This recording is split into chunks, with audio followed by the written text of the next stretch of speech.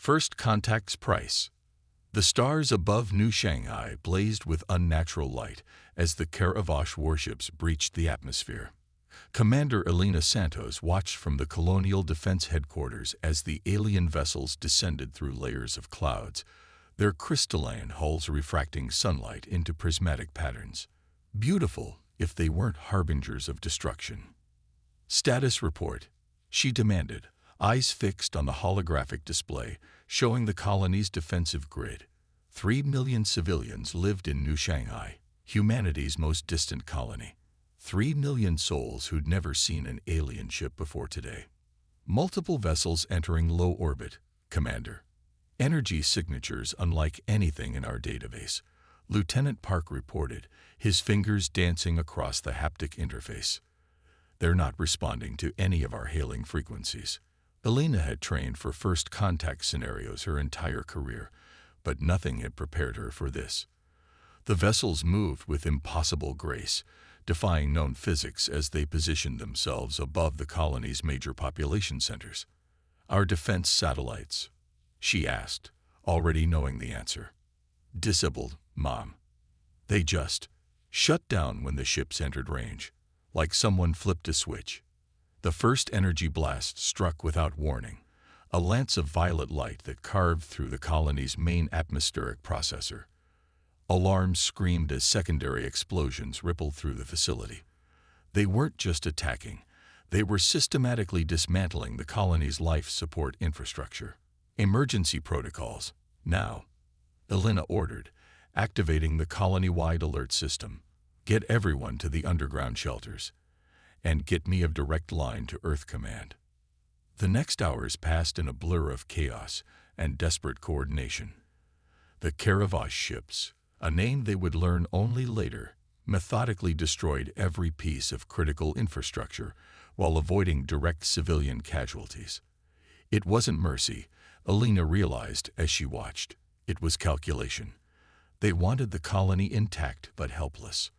When the transmission finally came, it filled every screen and communications device in the colony. The alien that appeared was vaguely humanoid, its crystalline body semi-transparent and shot through with pulses of bioluminescence. People of Earth, it spoke in perfect English, though no mouth was visible. Your species has been evaluated and found wanting.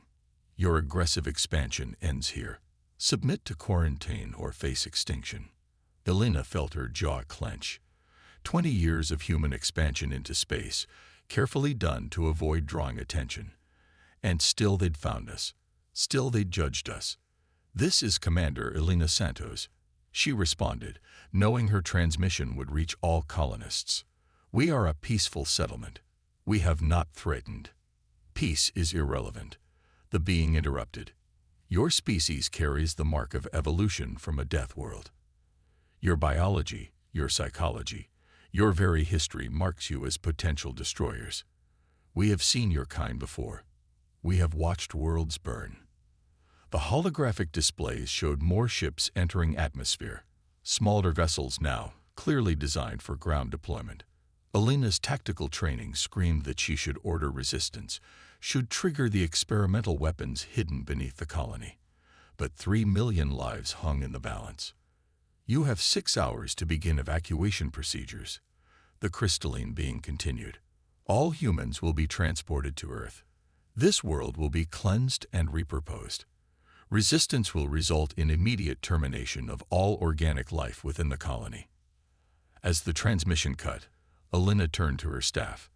Their faces showed the same mix of fury and helplessness she felt. Send an encoded quantum burst to Earth Command, she ordered. Tell them it's time for Project Guardian. Lieutenant Park's eyes widened. Project Guardian was a theoretical response to exactly this scenario. Hostile first contact, resulting in forced human containment. Every colonial commander knew of its existence, but none thought they'd ever have to activate it. Ma'am, he hesitated. That would mean. It means humanity stops hiding. Elena finished. She watched as another Caravage ship positioned itself above the colony's main fusion plant.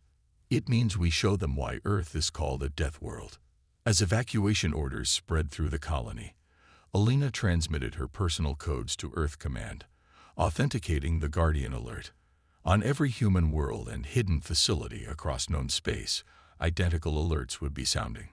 The Karavash thought they were containing a primitive species, restricting us to our home system before we could become a threat. They didn't know about the fleets hidden in gas giant rings, the weapon platforms disguised as asteroids, the quantum factories buried under ice moons.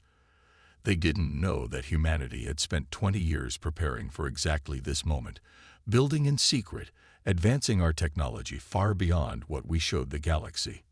They thought they were preventing a threat. Instead, they were awakening one.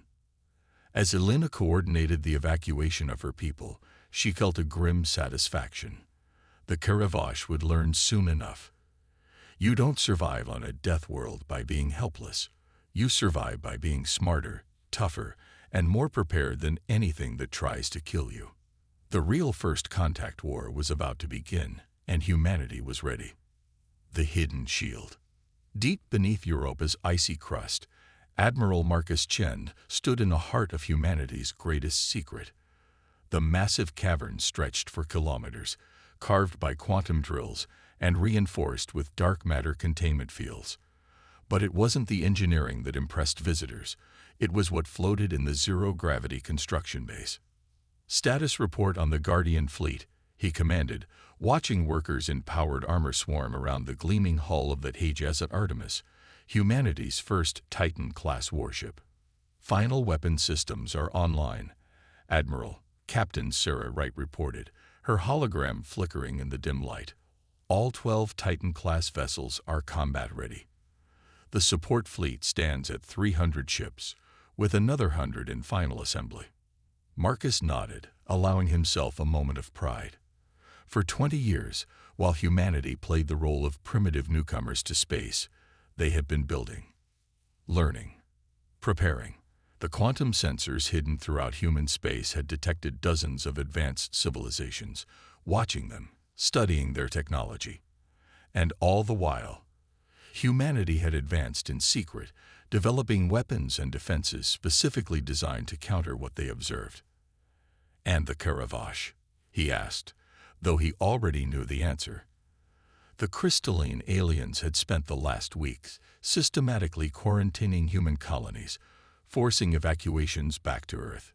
"They're proceeding exactly as predicted," Sarah replied. "Their containment fleet maintains positions around Earth and Mars.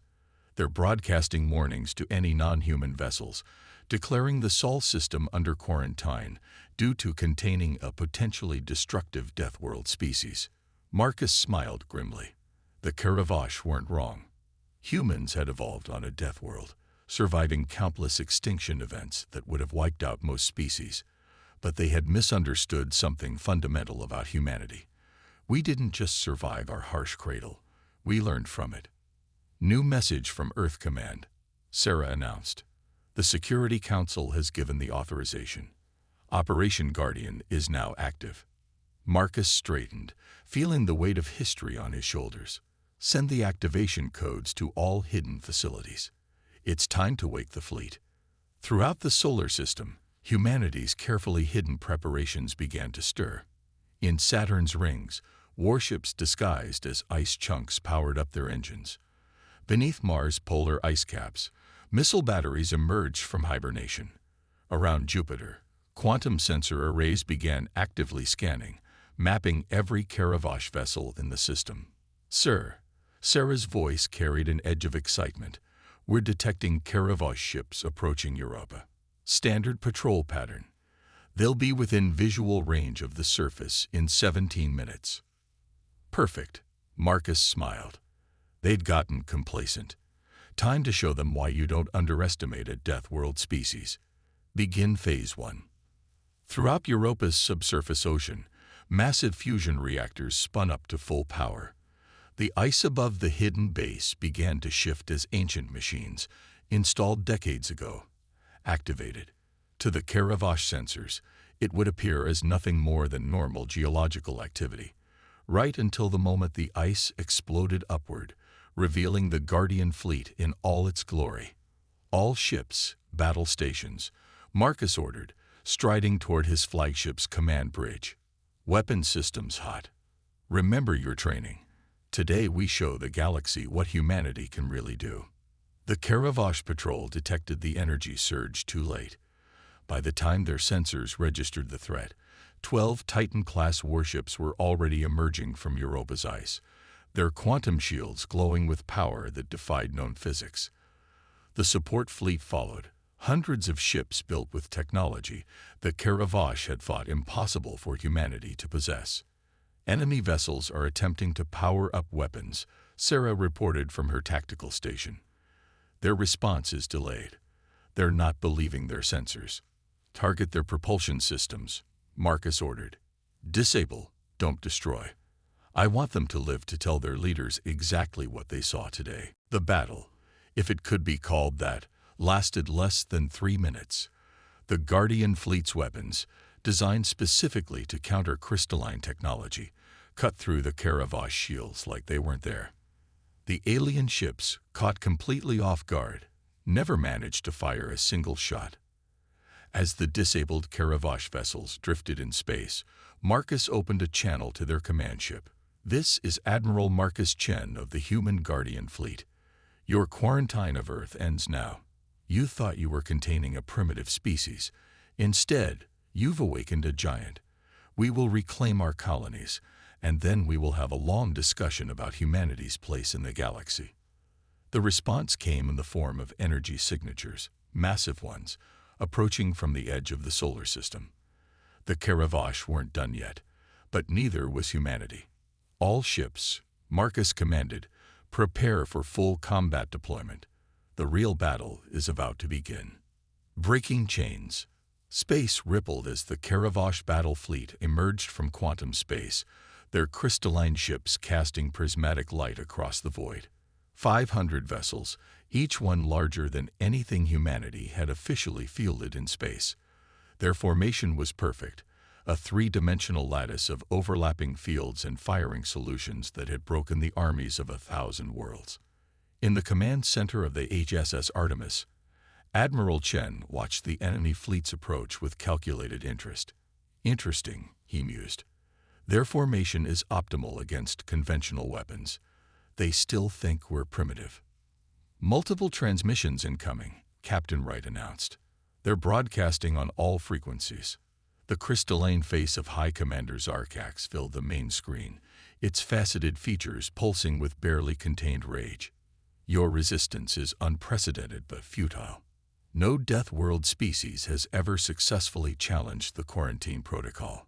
Submit now, or we will be forced to demonstrate why.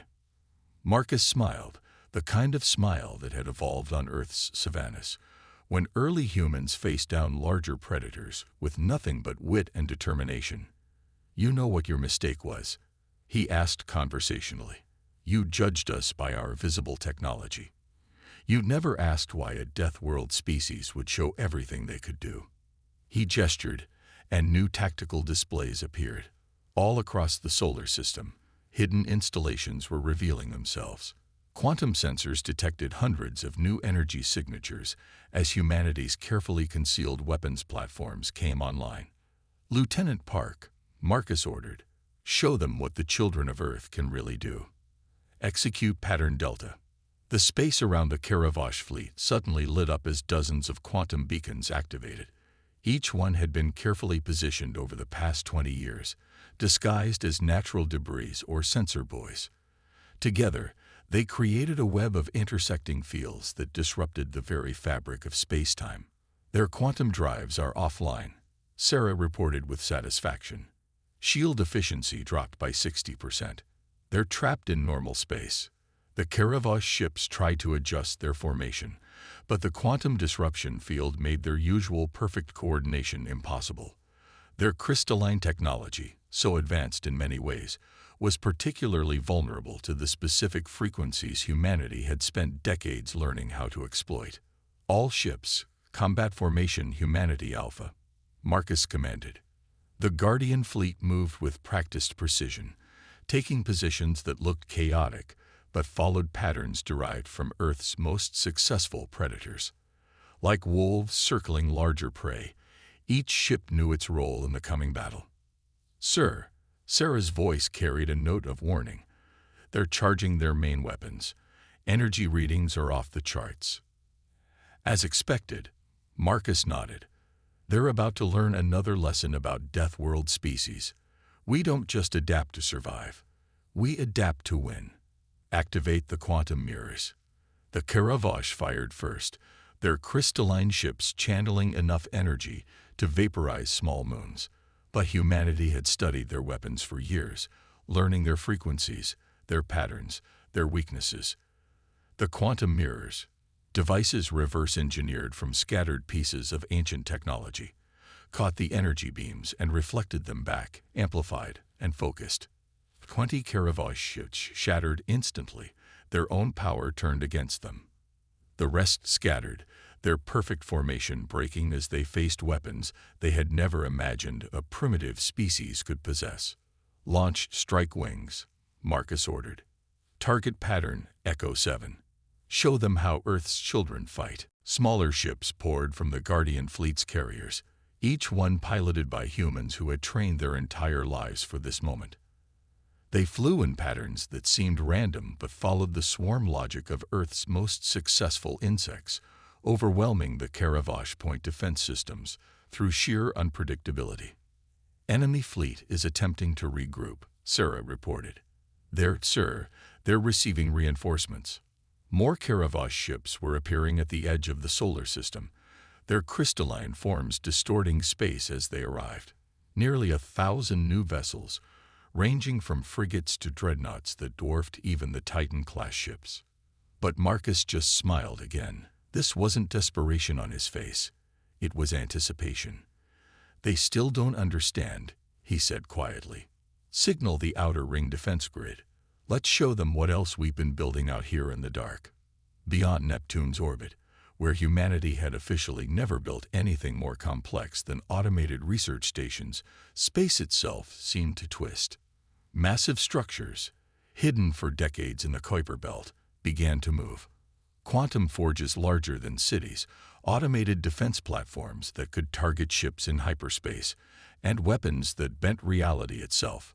All of them built in secret, while humanity played the role of primitive newcomers.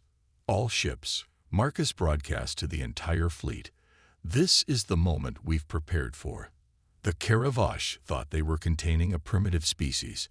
Instead, they've awakened humanity's full potential. Show them why Earth is called a death world. Show them why our children reach for the stars not with fear, but with determination. Today, we break their chains, and tomorrow, we take our place among the stars as equals. The battle that followed would be remembered for centuries as the day humanity announced itself to the galaxy. Not as primitives to be contained, but as a force that had earned its place among the stars through cunning, preparation, and the unshakable will to survive that only a death world could instill. Warriors of Terra, the aftermath of the Battle of Sol, as it would come to be known, sent shockwaves through the galaxy. Commander Elena Santos stood in the rebuilt command center of New Shanghai Colony, watching as ships from a dozen alien species moved through the system. Not attackers this time, but diplomats, scientists, and observers, all drawn by humanity's unprecedented victory over the Karavosh containment fleet. Another delegation requesting permission to land. Lieutenant Park reported from his station, now restored to its former glory. The Zenthari Collective. They're offering technical exchange and mutual defense treaties. Elena smiled wryly. Just last month they supported the quarantine. Funny how quickly perspectives change when you demonstrate superior tactical capabilities. The victory had done more than just break the Karavosh attempt at containment. It had shattered centuries of galactic assumptions about death world species. The quantum mirrors, the reality warping weapons, the swarm tactics that had overwhelmed the galaxy's most advanced fleet. All of it proved that humanity's harsh evolution had created not just survivors, but innovators. "Message from Admiral Chen," Park announced. "The Karavosh High Council has agreed to formal peace talks. They're requesting a neutral meeting ground. Send them the coordinates for Titan Station." Alina replied. "Let them see exactly what we built while they thought we were primitive. And notify Earth Command. I want Commander Patel's analysis team present. Time to show them how Deathworlders negotiate." The meeting that followed would reshape galactic politics forever. In Titan Station's Grand Conference Chamber, beneath the swirling storms of Saturn, humanity faced its would-be jailers not as subjects, but as equals. The crystalline forms of the Karavash delegation seemed somehow diminished, their usual brilliance muted by the reality of their situation. "You must understand," High Commander Zarkax began. "Our protocols exist for a reason. We have seen Deathworld species before. Their aggression, their drive to expand, their inability to accept limitations, it has led to the destruction of entire sectors." Admiral Chen leaned forward, his expression calm but intense. "You saw our aggression, but missed our capacity for growth. You saw our drive to expand, but missed our ability to plan. You saw our refusal to accept limitations, but missed how that very trait drives us to find better solutions." He gestured, and the chamber's holographic systems displayed the full extent of human innovation.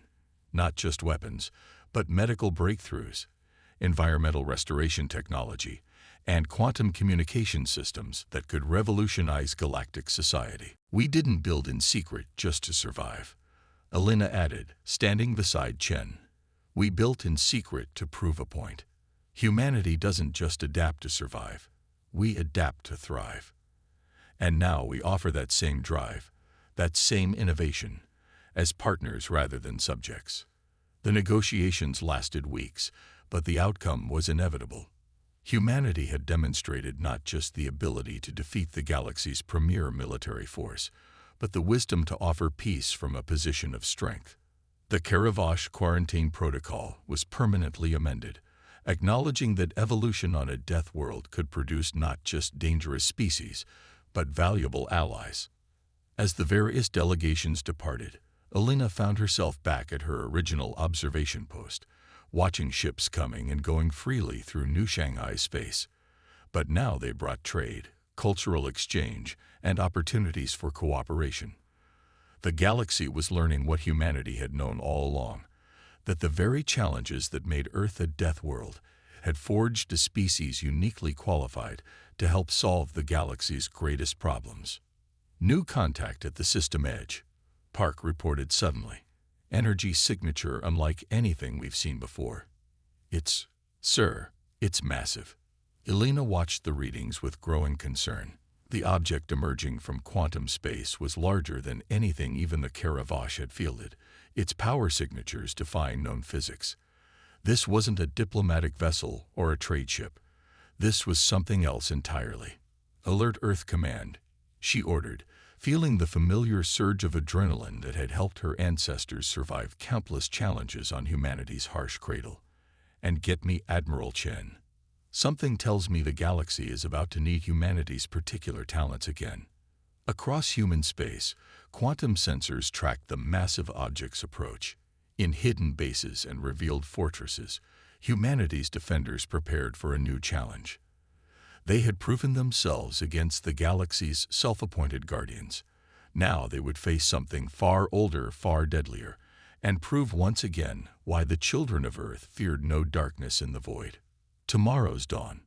The object that emerged from quantum space defied comprehension. It was as if a piece of space itself had been folded into a geometric impossibility, its surface rippling with energies that made the quantum sensors scream in protest. Nearly the size of Earth's moon, it moved with impossible grace for something so massive. In the combined command center beneath Olympus Mons, humanity's leadership gathered with representatives from 24 alien species, including the Karavash. The holographic displays showed the object's approach from multiple angles, each view more disturbing than the last.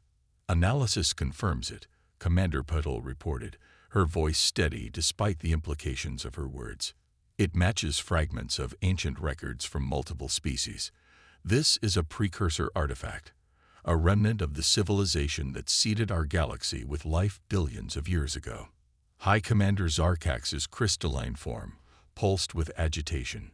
Our ancestors spoke of such things. They were said to appear when a galaxy's civilizations reached a certain threshold of development. None of the stories about what happened next ended well. Admiral Chen studied the tactical displays, his mind racing through scenarios. It's scanning everything: planets, ships, communication networks, like it's taking inventory of all sapient life in the sector. Multiple energy spikes. Elena's voice cut through the command center. It's changing configuration. The impossible object was unfolding like a flower made of darkness and light, revealing layers of technology that made even humanity's most advanced achievements seem primitive. From its core, a transmission began broadcasting on frequencies that penetrated all known shielding. The message was simple but terrifying. Evaluation begins. Suddenly, every quantum communication network in the galaxy lit up with distress signals. Similar objects were appearing in every major sector, each one beginning the same ominous scan of local civilization. "This is it," Zarkax whispered. "This is why we tried to contain aggressive species.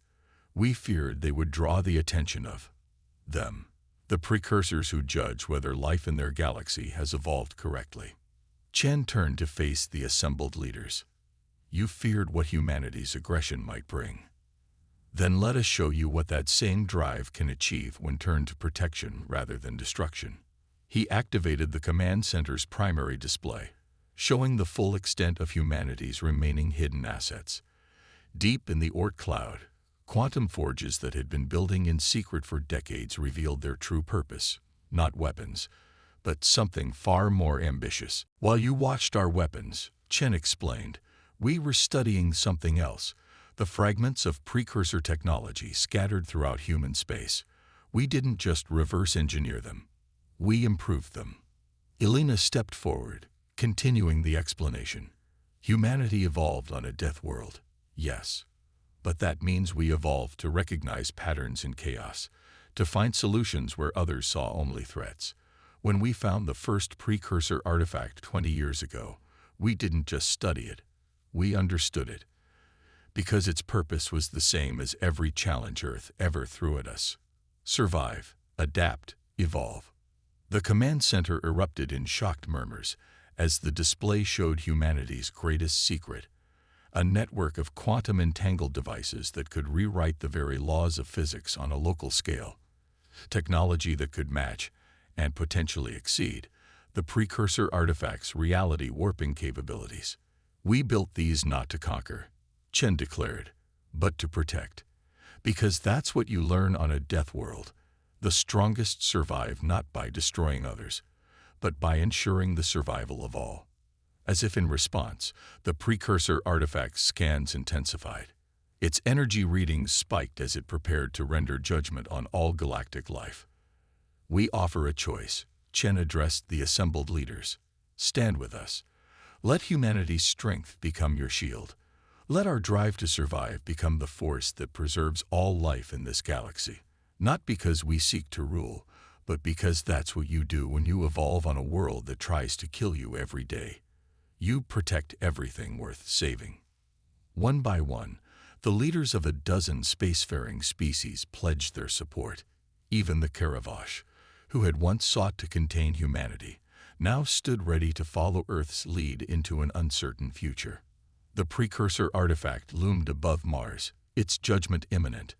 But humanity didn't wait to be judged. Instead, they prepared to do what they had always done: face the impossible, adapt to survive, and protect not just themselves, but all who stood with them. "All ships, battle stations," Chen commanded, his voice carrying to every human vessel and installation in the solar system. "Activate the quantum network. Show these precursors that they didn't just seed life in this galaxy. They seeded something far more powerful. They seeded hope." As the combined fleets of humanity and their allies moved into formation, the quantum network hummed to life. The children of Earth, forged in the crucible of a death world, stood ready to face their greatest challenge yet. Not as primitives to be contained, not as warriors to be feared, but as protectors of all life in the galaxy. The final test was about to begin. And humanity, as always, was ready to show the universe why life on a death world didn't just teach you how to survive. It taught you how to thrive against any odds.